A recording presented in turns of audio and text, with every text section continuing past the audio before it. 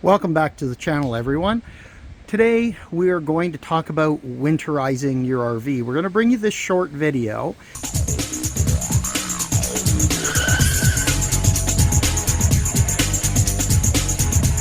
Now, firstly, I'll start off by saying if you're not comfortable, have never done this, seek out the help of your dealer.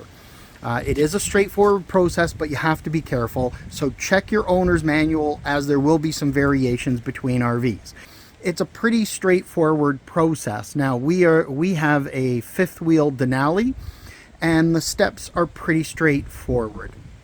You're going to want to make sure that you drain your freshwater tank, as well as that you open your low point drains. And I'm gonna just show you here what ours look like. Ours are open.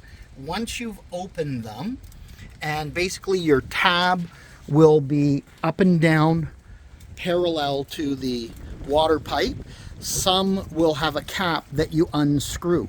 Open those up, drain out your fresh water tank, go inside your RV and open all your faucets, and that'll allow the water to drain naturally, hence why they're called low point drains. They are the lowest point in your plumbing system. Then what you need to do is have some basics. You're going to need several gallons of antifreeze, as well as I'm going to recommend a special little attachment for blowing out your lines. Now, there are a couple of different ways you can do this. You can blow out your lines and leave them. I don't fully recommend that. You could go and pump antifreeze directly through your unit, and that's a great way as well. But if you actually use both systems, blow out your lines, then pump antifreeze through it, really gives you the best protection, because you're evacuating your lines of water, then pumping antifreeze, versus if you pump antifreeze, you're actually diluting that antifreeze a bit with the water that's in the lines, and you're going to go through a little more antifreeze until you see that deep pink. Antifreeze, be careful. Make sure you're using RV antifreeze, not the automotive antifreeze is poisonous, so we definitely want to stay away from that. You want to use a good RV antifreeze. Pick it up from your dealer, your local Home Hardware, Home Depot, Lowe's, etc. tend to carry it as well. I leave that up to you where you want to go best. Now, a little attachment we've purchased, and this can be purchased from Amazon, is this little plumbing to compressor attachment. It has an on-off here, so we can connect our compressor, and you want to make sure that you're not going too high pressure. You want to make sure your compressor is set no more than about 30 pounds per square inch, PSI. First, you're going to want to connect it, as we've done, to your black tank flush, and we've actually already just evacuated that line. What you'll want to do is just turn it on a bit. You'll hear the water spray out of that sprayer, and then you'll just hear some air running through. And what we can do actually is, let's just connect this and give you a little sample. So I'm going to go quiet for a second. And you'll hear that little hissing. That little hissing is that there's no no water in the line. It's just air in the line. Otherwise, you'd hear more of a sputtering sound because it's evacuating the water. Very important to do this step, because you don't want water in that line that's going to freeze. The other that a lot of people forget is the outside shower. We have a high pressure spray port. You may have the traditional shower. Make sure that you cover that to blow it out, as well as actually winterizing it. Then, while your low point drains are draining, you're going to want to make your way over to your hot water tank, and you're going to want to remove the drain cap right here and open up your pressure relief valve to evacuate the water out of that tank so that it's empty. We are going to piece together this video because we're going to do this in steps, and what we will be doing next is actually we're going to blow out our main lines, And then we're going to go in and bypass the water heater, and we'll show you what that's like. Okay, once you've set your water tank that it's drained or in the process of draining, you're going to need to bypass the hot water heater. So if you have a convenience center, you might have a bypass just as a switch. A lot of RVs, you're going to have to remove a little panel like this and then actually go down in behind the hot water heater, and you'll notice there's typically 2 bypass valves that need to be turned to then bypass the water heater as our next step. Now that we've bypassed the hot water heater, we can turn on our air pressure. You'll notice from the low point drain, it's just sputtering out some water. So we're going to want to do that a little bit. Then what we're going to do now is close that low point drain and go in and open up the faucets inside the unit. Our air compressor is connected at this point. Now what you want to do is come in, open up both hot and cold faucets, evacuate any water that is in each of those. You'll want to do this also for any showers, your shower heads, and you'll notice it'll spurt out and continue. You want to open hot and cold, and just let it run to make sure that you're getting as much water out of the system as possible. I tend to start at the highest points in the RV and work my way down to where the lowest points are. So being a fifth wheel, we're starting up in the washroom that's on the upper deck and working our way down into the kitchen. And then once that's done, you'll turn the pump on for a few seconds, make sure it's evacuated any water, and we'll move on to the actual antifreeze steps.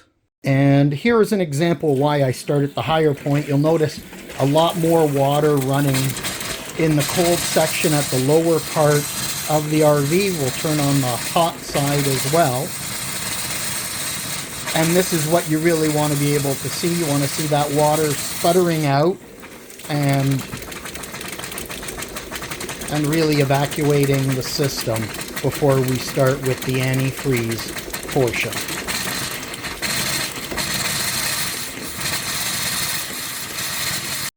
Okay, now that we've blown out our lines, we're ready for the next portion, which is the antifreeze. You're going to need several jugs of antifreeze, potentially 4 to 6 gallons of antifreeze.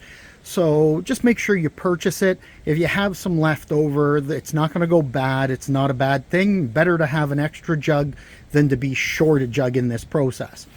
Now, if you also have a helper at this point in time, it can help a bit.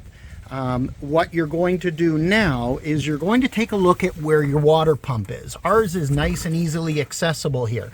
Now, some will have this kit that will have, as you notice, ours already has this tube and there's a little bypass switch. So we'll be able to put this right into our jugs of antifreeze and pump it into the system. Some RVs will need to have this kit purchased, and then you'll need to install it on your actual water pump. So just be aware of that. You'll want to check that before you plan to start this process. So we're going to start this process. We're going to bypass. There's a little lever back here. I'm going to turn off the camera because it's just easier to reach. There's a little lever to bypass so that it'll pull out of the jugs. Okay, so what we're going to do here now is, we can hear right now the pump is not actually running. Make sure that you've bypassed your water heater, and you're just basically going to turn on your hot and your cold individually until you can see a good stream of pink antifreeze coming out of each of them. Now I'm starting at the highest point of the RV, and you'll want to make sure there's that good stream. Now this is where helper might be handy, so if one of the jugs tends to get a little low, they can tell you to stop and swap out the jug. Make sure that you're covering your toilet as well. And now we're in the lower part of our RV. We've swapped out bottles, and we want to make sure that it's a nice pink, solid pink that's coming through. You'll hear there's some air bubbles in the line. And if you feel you need to, If you're worried about air bubbles, close your faucet, let the pump get up to full pressure again, and then open it up.